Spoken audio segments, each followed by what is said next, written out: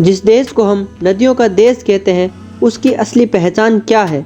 बचपन से हमने किताबों में एक ही सवाल पढ़ा है कि भारत की सबसे बड़ी नदी कौन सी है, और हमने एक ही जवाब रट लिया है। लेकिन क्या वह जवाब सही है? आज हम एक ऐसी यात्रा पर निकलेंगे जहां मैं आपको बताऊंगा कि किताबों में पढ़ा जाने वाला जवाब कुछ और है और हकीकत में कुछ और है। तो नमस्कार दोस्तों, स्वागत है आपका अपने YouTube चैनल पर। तो चलिए समझते हैं आज के इस कॉन्सेप्ट को। जब हम भारत की महान नदियों की बात करते हैं तो हमारे दिमाग में तीन नाम आते हैं: हमारी पवित्र गंगा, पूर्व की ओर बहने वाली ब्रह्मपुत्र, दक्षिण की शान गोदावरी। हम में से ज़्यादातर लोग आंख बंद करके गंगा का नाम ही लेते हैं। क्यों? क्योंकि यह सबसे पवित्र है, सबसे पूजनीय है और हमारी संस्कृति का केंद्र है। लेकिन जब बात भूगोल और विज्ञान की आती है तो हमें थोड़ा रुकना पड़ता है। असली सवाल यह है, क्या सबसे बड़ी का मतलब सबसे लंबी होता है या सबसे ज़्यादा पानी ढोने वाली? यहाँ पर सारा खेल बदल जाता है।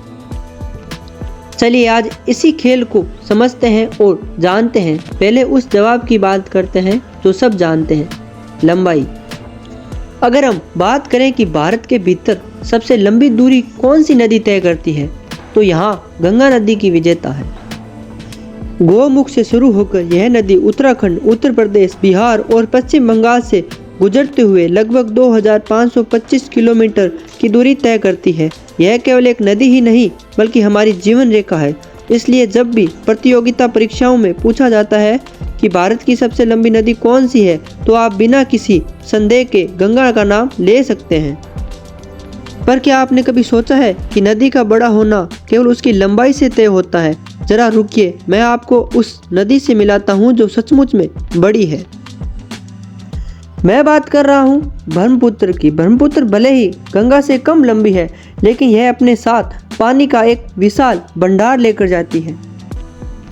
मानसून के दौरान इसका फैलाव और बहाव इतना जबरदस्त होता है कि जल की मात्रा के हिसाब से यह भारत की सबसे बड़ी नदी मानी जाती है। यह अपने किनारे पर सबसे ज़्यादा मिट्टी भी जमा करती है, इसलिए यह भारत की सबसे चौड़ी नदी भी मानी जाती है। लंबाई में गंगा जीती और पानी के आयतन यानी जल की मात्रा में ब्रह्मपुत्र असली किंग है। और हमारी यात्रा अधूरी रह जाएगी अगर हम दक्षिण भारत को छोड़ दें। दक्षिण में सबसे लंबी दूरी तय करने वाली नदी गोदावरी है। गोदावरी, जिसे हम दक्षिण गंगा भी कहते हैं। तो दोस्तों, हमने क्या सीखा? अगर सवाल लंबाई का होता, आपका जवाब है गंगा।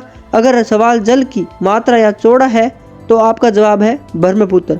अब आप किसी भी इंटरव्यू या परीक्षा में सवाल पर नहीं अटकेंगे।